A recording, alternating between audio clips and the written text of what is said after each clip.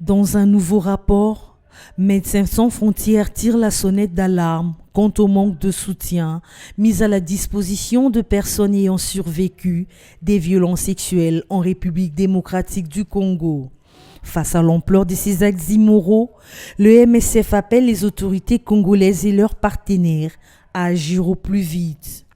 Ces rapports double peine a été rendu public jeudi 15 juillet, met en effet en lumière les lacunes de la prise en charge de ces personnes. Dans nos consultations, nous recevons des enfants, même des moins de 5 ans, et aussi des mamans en âge de procréation, des mineurs à moins de 18 ans.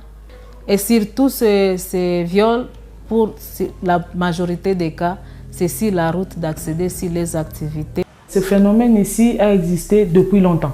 Peut-être ça passait inaperçu, mais avec la recrudescence de violences, la recrudescence de guerres, la recrudescence des conflits, c'est ainsi qu'il y a eu de violences sexuelles un peu répandues dans tout le pays.